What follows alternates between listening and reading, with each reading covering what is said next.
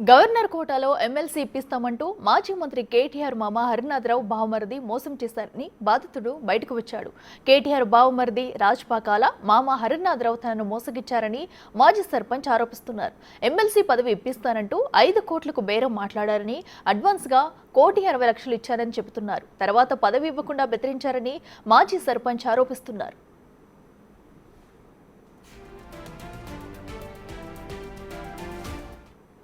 కేటీఆర్ బావమరిది రాజ్పాకాలను ఈ విషయంలో నిలదీయగా పీడీ యాక్ట్ పెట్టి జైలుకు పంపిస్తానని, చంపేస్తానంటూ బెదిరించాడంటూ బాధితుడు దేవేందర్ ఆరోపిస్తున్నారు.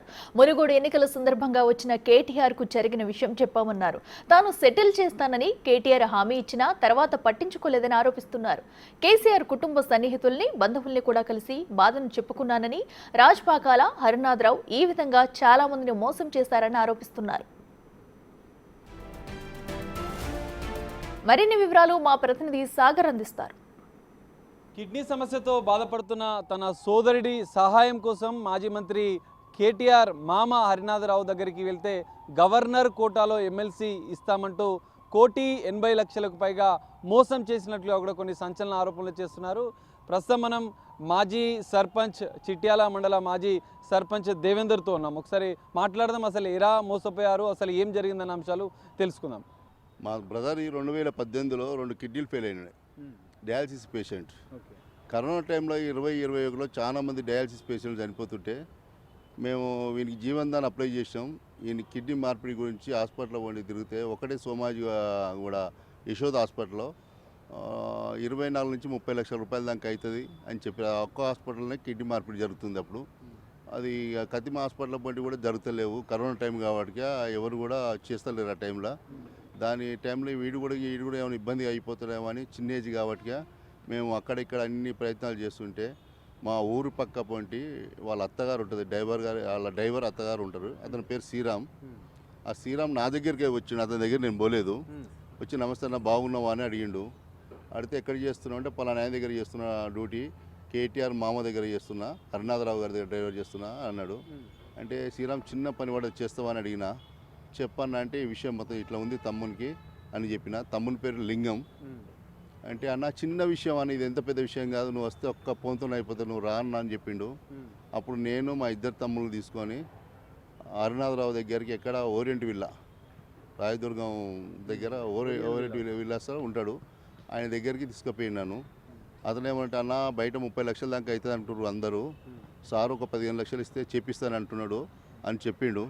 చెప్తే నేనేమోనంటే శ్రీరాము అంతా నా శ్రీరాము ఒక 10 లక్షలు ఇద్దాంలే అన్న. అంటే సరే మంచిగా తీసుకొని రండి అని చెప్పిండు. క్లబ్కి వచ్చిండు. మా సెల్ ఫోన్లన్నీ పక్కకు పెట్టించి 10 లక్షల రూపాయలు హరినాథరావు చేతికి ఇచ్చాము, మీకు చెప్పిస్తే అయిపోతుంది. ఇప్పుడు వచ్చి 10 లక్షలు కిడ్నీ మార్పిడి కొరిచే హాస్పిటల్ కట్టే పైసలు నాకు ఇవ్వండి, నేను చేపిస్తా అని తీసుకున్నాడు. తీసుకున్న తర్వాత ఇది వచ్చేటప్పుడు నేను చేస్తా, నేను ఆల్రెడీ వాళ్ళకి ఇంటిమేషన్ ఇస్తా, జీవన్దాన్కు సీఎం వాళ్ళ ఆఫీస్కి చెప్పిస్తా, మీకు కంపల్సరీ వస్తుంది, పని అయిపోతుంది అని చెప్పిండు. నాకు ఒకసారి ఫోన్ చేసిండు, అర్జెంటుగా మీరు మీ మిస్సెస్ గారు అర్జెంటుగా రండి, మీతో అర్జెంటుగా విషయం మాట్లాడేది ఉంది, ఈ ఛాన్స్ పోతే దొరకదు మీకు అంటే. ఏంటి సార్ అంటే ఎమ్మెల్సీ అన్నాడు. నాకు ఎమ్మెల్సీ ఏడు వస్తుంది సార్, నేను మీ పార్టీ కాదు కథ కాదు, నాకేడు వస్తుంది, మీ పార్టీ కూడా పని చేయలేగా, నేను ఎట్లొస్తుంది అని నేను. నువ్వు రాబోయా, నువ్వు రా, ఫస్ట్ గాడునే మాట్లాడుతున్నావు, నేను ఇప్పుడు నేను అడిగినా, నేనేమన్నా వచ్చేసాయి ఫోన్లు ఎందుకు అన్నాడు. దేవేందర్ నువ్వు నా కొడుకు లాంటి వాడివి, నీకు అన్యాయం చేసేది నాకు లేదు, కాకపోతే నీ దగ్గర రాజకీయ అనుభవం బాగుంది, 2 టైమ్స్ సర్పంచ్ చేసినావు, మామూలు వాళ్ళు అవుతున్నారు. కేసీఆర్కి మంచి కుడిభుజం లేక, కేటీఆర్ రైట్ హ్యాండ్ లేక ఉంటావు, మంచిగా ఉంటావు అంటే. నేను రైట్ హ్యాండ్ కుడిభుజం అవసరం లేదు సార్, నేను ఎవరి దగ్గర రైట్ హ్యాండ్ చేయదు, కుడిభుజం అవసరం లేదు నాకు, మీరు చెప్పండి అని అన్న. అంటే మీకు ఎమ్మెల్సీ ఇప్పిద్దాం అనుకుంటా అన్నాడు. నాకేడే ఎమ్మెల్సీ వస్తుంది, మంచి వాళ్ళు ఉన్నారు మీ పార్టీలో, నాకేడు ఇస్తారు ఇయ్యరు, అందరూ వీళ్ళనే పడ్డారు, ఇప్పుడు నాకేడు వస్తాయి అని నేను అన్న. నేను ఇప్పిస్తున్నాను, నేను ఎవరు అనుకుంటున్నావు, సీఎం నేను ఫోన్ చేసి కాదంటోళ్ళు ఎవరు, కేసీఆర్ కాదన్నాడు. కేసీఆర్కి చెప్తా నేను అని మమ్మల్ని చెప్పిండు. చెప్పి బయట అయితే 20 డిస్కషన్ అసలు కిడ్నీకి సంబంధించిన దానికి ఆల్రెడీ 10 లక్షలు మీరు కట్టారు, అయిపోయింది కానీ రాలేదు, చేయించారా మరి? 3-4 రోజులకే ఇది కూడా 3-4 రోజులకే. అలాగే ఏమన్నాడు, బయట వాళ్ళకైతే 25 నుంచి 30 తీసుకుంటారంట, అది నాకు తెలియదు, కానీ నీకైతే ఒక 5 నుంచి 6 కోట్లు అవుతుంది, కనీసం 5 కోట్లను పెట్టుకో అన్నాడు. నా దగ్గర రూపాయలు లేదు సార్, ఈ 10 లక్షల రూపాయలు బయట డిస్ట్రిబ్యూటింగ్ కట్టిన, నా దగ్గర డబ్బులు అయితే లేవు అని కరాకండి చెప్పిన. నమ్మినాం, ఆయన సీఎం లేక నమ్మినాం, కేసీఆర్ ఎంత ఈయన ఎంత నమ్మినాం. ఆ నమ్మకం అంతే ఇక ఎవరు కూడా లేదు. ఆయనకేం చేసిండు, ఇక మేము తెల్లారి మళ్ళీ 3-4 ఆయన నైట్ బాగా ఫోన్ చేసిండు. చేస్తే నేను కావన్నా తెల్లారి ఇల్లు నడితే 1:50 దాకా అయింది. కాగానే మళ్ళీ ఏం చేస్తారు, 1:50 వరకు చేయగలుగుతా సార్ లే టైం కూడా లేదు, తొందరగా పట్టుకొని రా, ఇంకా 10 ఎక్కువ చేసుకోరా అన్నాడు. ఇక ఉన్న గోల్డ్ గిట్ట పెట్టుకొని 1:60 పట్టుకొని ఒక 6 నుంచి 10 మంది పోయినాం. ఎక్కడికి వెళ్ళారు? ఆ విల్లలకే పోయినాం. మళ్ళీ ఆ విల్లలకే రాజుపాకాల ఇంటికే, రాజుపాకాల కూడా ఉన్నాడు అక్కడ. ఆయన లేని సమస్య కాదు. ఇదంతా జరిగేటప్పుడు మరి పాకాల కూడా మాట్లాడా ఈ విషయం? అంటే ఈయన చెప్పిండు, దేవేందర్కు గవర్నర్ కూడా ఎమ్మెల్సీ ఇప్పిస్తున్నా రాజు అన్నాడు. Okay daddy, okay okay okay okay అనుకుంటే ఆయన కాఫీ తాకుండా అటు ఇటు తిరుగుతుండు. తిరుగుతున్న తర్వాత ఆయన కూడా తెలుసు ఇవన్నీ ప్లాన్ ప్రకారం, వీళ్ళు ఏదో మనకు మభ్యపడేదానికి అంతా. ఆయనకి ఏం చేసిండు, 1:60 ఇచ్చినాం, తీసుకుండు. ఇక నీ పని అయిపోయింది పో అన్నాడు. పని అయిపోయిందంటే నాకు పని అవుతుందంటే వస్తుంది అనుకున్నాను. ఇప్పుడు డబ్బులు పోయినాయి నాకు తెలియదు. మీరు మిగతా బీఆర్ఎస్ వాళ్ళని కానీ ఎవరిని అంటే అడిగే ప్రయత్నం ఏం చేయలేదా? ఈయన సీఎం కదా, ఎవరు చెప్తే మళ్ళీ ఉన్నది పోతుందని చెప్పిండు. అందరూ అడుగుతారు కదా రేపు మాకెందుకు ఇయ్యరని, ఎవరు చెప్పొద్దని చెప్పిండు. అయిన తర్వాత నాకు తెలిసింది, అమ్మ వీడు పెద్ద చీటర్ ఉన్నట్టుండు, 1,86 లక్షల రూపాయలు నా దగ్గర అమ్మ అనుకుంటే గవర్నర్ది కూడా క్లోజ్ అయిపోయింది. అయిపోయాక మళ్ళీ నేనేం చేయాలి? అప్పుడు నేను పోయి సార్ ఇక గవర్నర్ది అయిపోయింది కదా, కిడ్నీ 10 లక్షల రూపాయలు పెట్టుకోండి, ఇవి 1,76 నాకు వస్తాయి కదా ఇచ్చేసేయండి అని అన్న. అంటే అవి లోపలికి పంపించేది, ఇది కాకపోతే ఇంకోటి వస్తుంది, ఆగాలి నువ్వు అని అంటాడు. ఈ నేను ఆగేది సార్, నాకు ఇబ్బంది ఉంది, నేను అడిగడానికి వచ్చిన కోట ఎమ్మెల్సీలు అక్కడ ప్రాసెస్ జరిగిపోయిన తర్వాత మీరేం మళ్ళీ కాంటాక్ట్ చేయలేదా తనని? పోయినా కదా నేను రోజు పోతూనే ఉంటాయి ఇక డబ్బులు ఇచ్చాక, రోజుకి ఇదే డిస్కషన్, ఏదో ఒకటి చెప్తుండు, మా అమ్మ పంపిస్తుండు. లాస్ట్కి ఇది కూడా అయిపోయింది, ఎమ్మెల్సీ కూడా అయిపోయినాయి, ఆల్రెడీ క్లోజ్ అయిపోయింది. ఆయన సీఎంగా చెప్పుకున్నట్టు వాడు అతను తొడగొట్టి నేను ఎవరు అనుకుంటున్నావు సీఎం అనేది. ఓనీ అమ్మ ఇది ఎక్కడ సీఎం రా ఆయన, లాస్ట్ పోయిన ఏ సీఎం నువ్వు సీఎం, నువ్వు దొర అనుకుంటున్నావు, మా డబ్బులు మాకే ఏమనుకుంటున్నావు, నిమిషం పట్టదు లోపడైపోయానంట ఏపీ అని 10 మంది పోయి లొల్లి పెట్టాం. లొల్లి పెట్టాక మన కాలబేరానికి వచ్చిండు. వచ్చి ఏమంటుండు, నా కూతురు వచ్చింది, ఇంట్లో ఉన్నది, అన్నం నేను వెళ్ళిపోతుంది, వెళ్ళిపోగా నా దగ్గర ఇప్పుడు అమౌంట్ ఉన్నాయి, 1,80,000 ఉన్నాయి. మళ్ళీ ఈయననే ఎవరు హరినాథరావు, నేను 90 లక్షలు పంపిస్తా 4 గంటల వరకు. కూతురు ఉందంటే ఎవరున్నారని చెప్పి కేటీఆర్ మిస్సెస్ కదా, కూతురు ఒకటే కూతురు కదా, ఆమె ఇంట్లో ఉన్నది. ఆమె పోయిన తర్వాత నేను మీకు 90 లక్షలు పంపిస్తా, మీరు వద్దు మా పెద్ద మేడం గిట్ట ఉంది, లొల్లు వద్దు వెళ్ళిపోండి అని 10 మందిని పంపించాడు. 4 గంటలకు ఫోన్ చేస్తే నా నెంబర్ బ్లాక్ లిస్ట్లో పెట్టేసిండు. బ్లాక్ లిస్ట్ పెట్టేసిన తర్వాత ఏందమ్మా ఇది అన్ని నాసాలు కొట్టిన తర్వాత ఒక 5-6 నిమిషాలలోనే కొడుకు ఫోన్ చేసిండు. పాకాల రాజేంద్ర ప్రసాద్ ఫోన్ చేసిండు. ఫోన్ చేసి దేవేందర్ అన్నాడు, ఎవరండి అన్న, నేను రాజేంద్ర ప్రసాద్ మాట్లాడుతున్నాడు. ఎవరండి అన్న, మళ్ళీ నేను హరినాథరావు కొడుకు రాజేంద్ర ప్రసాద్. చెప్పండి సార్, ఏమయ్యా మా ఇంటికి వచ్చి గడబడ చేస్తుంటా మా నాయన మీద అన్నాడు. నేను గడబడ చేసింది, నా డబ్బులు నాకు మీకు తెలియదు, ఆ డబ్బులు తీసుకురు మీ ముందరనే జరిగింది, నా డబ్బులు నాకు ఇప్పియండి, నాకు మీకు పంచేది కదా సార్ అంటే ఏమనుకున్నావు మమ్మల్ని చూసి, ఏమనుకుంటున్నావు 3 కమిషన్లు పెట్టినా పీడీ యాక్టివిటీ లోపల